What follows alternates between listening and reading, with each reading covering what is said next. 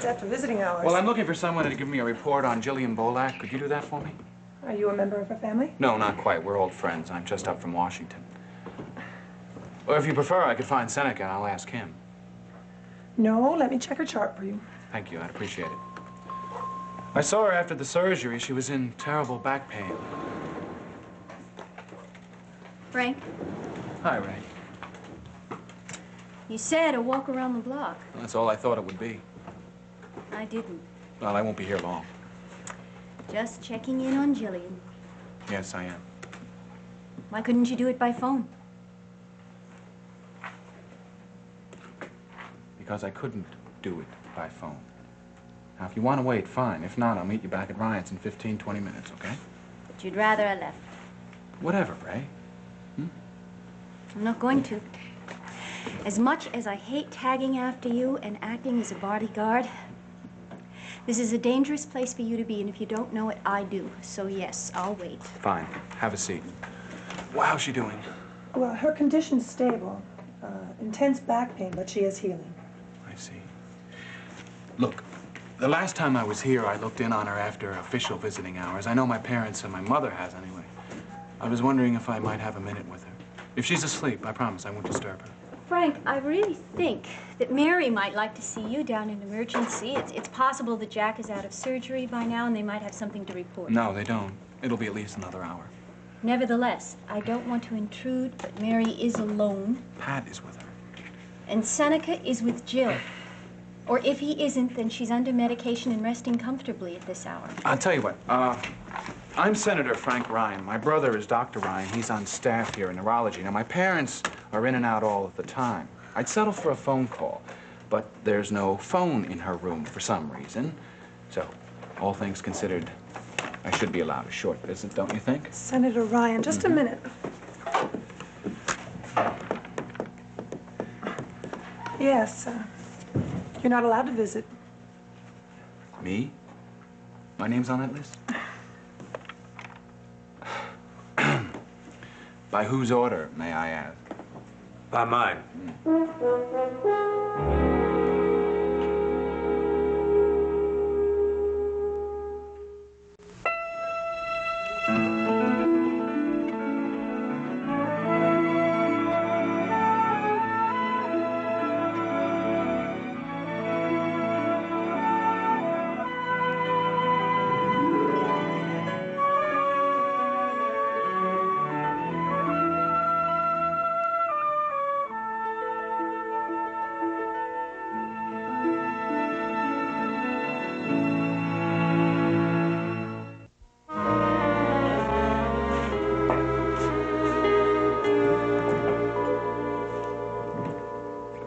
Good evening. Good evening. What can I do for you? Well, nothing to drink right now, thanks. I'm looking for Mary Finelli or any member of the Ryan family. Are you Mr. Ryan? No, I'm not. I'm Mr. McGinnis. And who might be asking? Mr. Ross. Thatcher Ross. Mrs. Finelli works for me. Ah, I know the name. Glad to meet you, Mr. Ross. I'm sorry if I seemed unfriendly, but we have to be careful about strangers these days. We've had a little spot of trouble here. Yeah, I noticed the policeman outside. You've heard about Jack, then? Well, not in detail. That's what I came to ask about. Oh, well, I'll get John. He's out in the kitchen. He knows all about it. John? John? John, where are you? John? All right. John! You don't have to yell. I'm right Listen, here. John, What's going on? Mary's boss is out there. He wants to talk to you. Listen, did you know he's an Englishman? Thatcher Ross. Yeah, did you know he's English? No, Mary never told me that. Well, above all the things not to mention. Mr. Ross, I'm John Ryan. Oh, it's very nice to meet you. I came to inquire about Mr. Finelli. Oh, that's very nice of you. We're waiting to hear ourselves. Well, what happened? Mary left the studio right after the evening show, and someone told me that she'd had a message from her sister to call the hospital. Mary hadn't read it till she got off the air. Then she made the call and disappeared. And then later on, someone in the newsroom picked up this report that Mr. Finelli had been attacked. Well, actually, it was my daughter, Siobhan, who was being mugged, and Jack stepped in. My daughter got away. Jack took on these two fellows. They had a lead pipe. They beat him something fierce around the head. Oh, good Lord. They got him over at Riverside across the way. They're performing emergency surgery on him. Mary's over there with her brother. And she never said a word. I assume you know that we've had our ups and downs at work. Mary is determined to do her best at Channel 1. Oh. You are the diplomat of the family. You hear that, Kevin? I tell you, John, I did, but that's a historic first. I wish Frank were here. Now, listen, there are some people who think of me as something of a hothead, but you go right on thinking I am a diplomat, Mr. Ross. At least till my son, the senator, gets here and tell him he could use a good laugh. Yeah, I suppose you view this as more retaliation from the realty company. I know you had a nasty incident with a broken window, and then that business with the faulty boiler. Oh yeah. It's the C&P Realty Company for sure. You know the whole story then. Siobhan, the rent strike. Well, Mary and I have not been communicating too well of late. There may have been developments that I missed. No, this is the only big one. The police and the DA are on it. Oh. Well, very good. Well, I hope Mr. Finelli's all right, and give my regards to Mary. But are you sure you can't stay a while? No, Well, I'll tell Mary you were here. thank you so much. Thank Good you. night, Mr. Ryan. Night. Mr. McGinnis. Mr. Ross? Thank you so much. Oh, come on, Kevin. It's too soon to judge the man.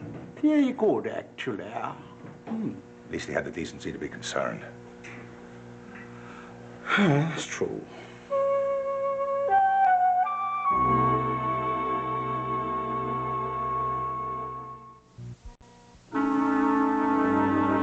Yes, that helped. And after all the progress you made today. Yeah. My husband even had me get up and walk, and then I sat for a while. Maybe I did too much. Yeah, talking to that orderly helps. He tells lots of funny stories. I think maybe his name is Duke. Do you know if he's coming in tonight? No, he's not on tonight. Now look, you'll feel better in the morning. I have every right to restrict her visitors with no explanations to anyone. Especially not to Jill, right? Tell me, how many names are on that list? 1. Frank, it's out of your hands. Let's go before we... Ray, you're interfering. You said you didn't want to do that. She's telling the facts of life, Senator. Go home. What about this marriage contract you and Jill made? I heard there was a major clause in it whereby you promised not to control her life. My marriage is no business. Listen, if we have to have this, could you be smart enough to lower your voices and avoid an audience?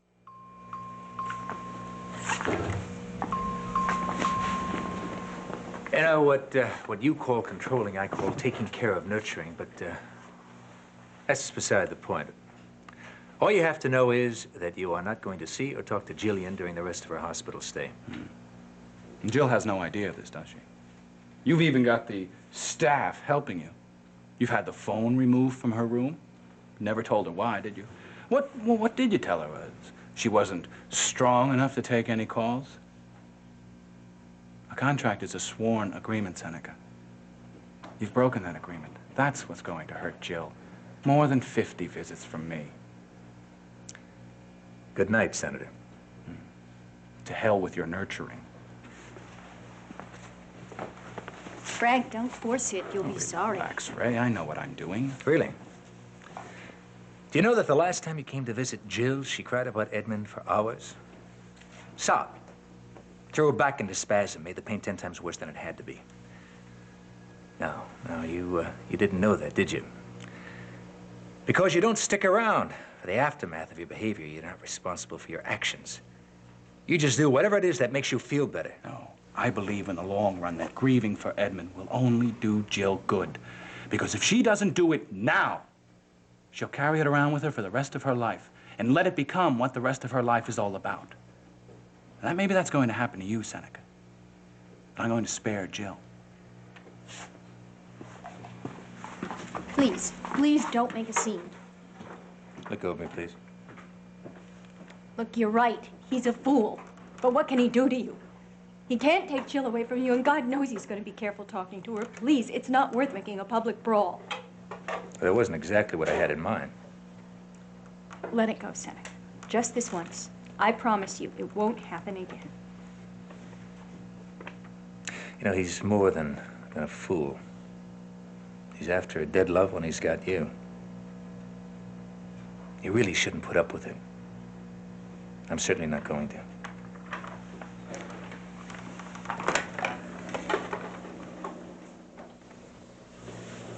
Dr. Bolak's restricted visitors, Senator. You cannot come in. Yeah, I know all about that. I'm sorry, but my orders are to call security if any unauthorized visitors come up. I'll tell you what. Dr. Bolak is down at the nursing station, right? So, why don't you go on down there and straighten it out with him, okay? He's right down the road. You know where it is. Thanks a lot. I'll see you.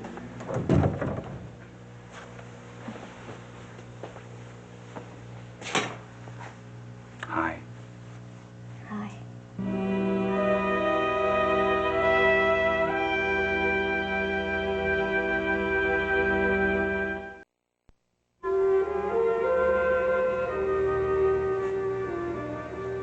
Where did you come from? Ooh, great big bird in the sky. How are you? Terrible. I'm sorry. Is the pain bad now? Yeah.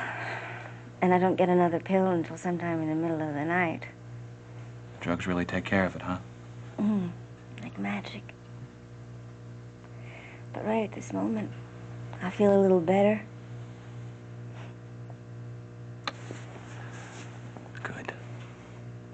Maybe I should have visitors more often. I wish I could come by as often as I'd like. Washington is not a very convenient trip. No, but I have tried Tried? to be in New York more often. Or at least call you, but it's not very easy, is it? I guess not, since I don't have a phone. Well, maybe you'll have one soon. I'm ready for one right now. Nurse could always unplug it. I think I'll just have to ask her about that. I think of you and Edmund. You should know that. I did. But it's nice to hear you say it. Yeah, I keep thinking that he's not gone. I think he's home and Miriam's taking care of him. Did you, go to see his grave again? I'm going again tomorrow. Seneca says it's very beautiful. It's right by the river. I'm glad he could talk about it with you. I was afraid he couldn't. He doesn't very often. It hurts too much. Jill, if it's hurting you now, tell me. I'll stop. I'll tell you what. We'll talk about the St. Patrick's Day parade. It's tomorrow, you know. Oh, yeah. You and Little John on the reviewing stand, huh? Oh, we'll be marching, too, part of the way. I'll tell you the route. It's going to start... I like talking about Edmund. You don't have to try and change the subject. Okay. Okay. It's time for you to leave now, Senator. Yeah, I will, real soon. Oh, it's all right. I'm not really tired. If you don't decide to go now, the guards will take you out. Oh, Seneca, please don't do No, this. no, shh. It's all right. You hang in there, okay? I'll be around again. Okay.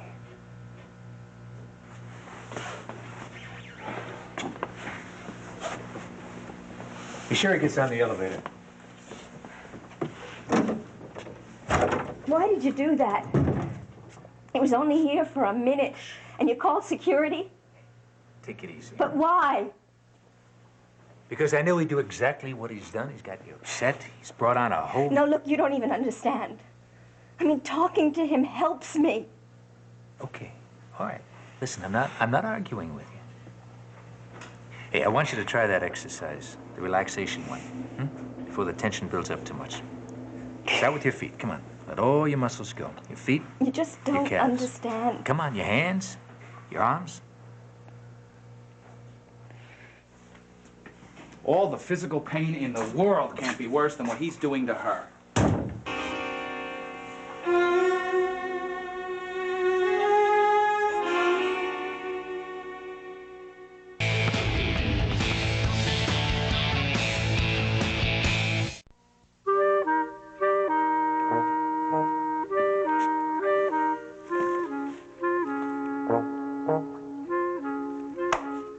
What did I tell you about that, Finn? Now, you know that's Maeve's side of the bed. You know she's coming home tomorrow. Party's over. Now, your rug's right over there. Get yourself down off that bed. Don't give me that martyr look. You get off of there right now, mister. Now listen to me. Are you gonna get down, or do I throw you down, huh? You undisciplined beast. Now look, you better be gone from here by the time I come back upstairs, or you're gonna be in serious trouble. You understand that, huh? You understand that? You understand that? I sure did that right. He's a nuisance, but boy, do you love him. What nuisance? How dare you call my dog a nuisance? Finn happens to be one of the many nice things you've done absolutely right. Is Frank back yet? Yeah, just got in. He's waiting in the kitchen for this mayor that came for him. I guess he didn't get any news about Jack. Listen, sweetheart, Mary or Patrick will call the minute Jack is out of surgery. Well, I know. I just thought maybe Frank went back to the hospital to be with Mary. No. Hey, look, why don't you come downstairs and talk to us? We're planning tomorrow's party. Oh, St. Patrick's Day. And your mother's homecoming. Daddy. Look, you're not to blame for what happened to Jack. But I did go out after everybody warned me not to. All right, so you did. But you didn't make Jack follow you. You didn't set up that mugging. I think I did set it up. I've been thinking about this all now, look, night. will you please just listen to me? Now, feeling guilty isn't going to do anything but drag you down. I'm the one who should feel guilty as hell. I let you go out alone. God help me, I asked for trouble. Telling off Martin Pyle, putting him and his company on warning, me and my big mouth. I get tough and Jack pays. Oh, sweetheart, you almost paid. But you're safe. And Jack will be too. Now, you just got to hold on to that thought. Huh? Okay. I'll try. That's my girl. Come on downstairs and have some tea. Frank's just making a pot. Oh, I'm in my bathrobe and everything. So what, you in your bathrobe? Ray's gone back to her apartment. It's just us. Yeah, just us. Plans for Mother's homecoming. Waiting for Mary to call. I can't sit there and drink tea with all this in the air. I think I'd just better roam around up here. Now listen. You know what your mother's going to do when she finds out what happens. She's going to go to you. Put her arms around you like this. She's going to understand how you feel. She's going to comfort you if you let her. I don't think so, Daddy. Oh, yes, she will. She's going to comfort Mary, like Frank and Pat are doing, and she's right to do that. Oh, your mother isn't even back yet. You've already got her in cahoots with Mary against you. No, I don't. I don't see any sense in lying to myself. I mean, Mary told me flat out that if anything happens to Jack, if he dies, it's going to be my fault. I agree with her. Mother's going to, too. You're wrong. I was blind and stupid, and Jack helped me anyway. I handled that rent strike situation like an adolescent. But Jack never once said to me, "I'm washing my hands of you, kid." He never once said it. He could have, he should have. He stayed my friend. He warned me, advised me. He tried to explain to me. He's a real friend.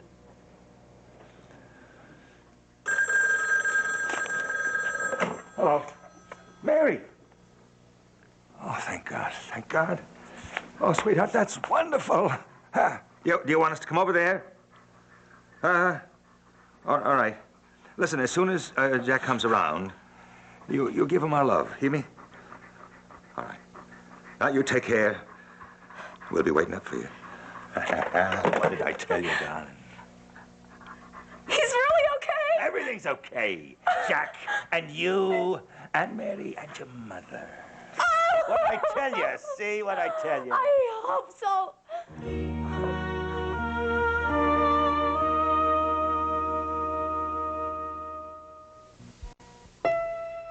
Weekend, girls just want to have fun. It's Gilmore Girls on SoapNet.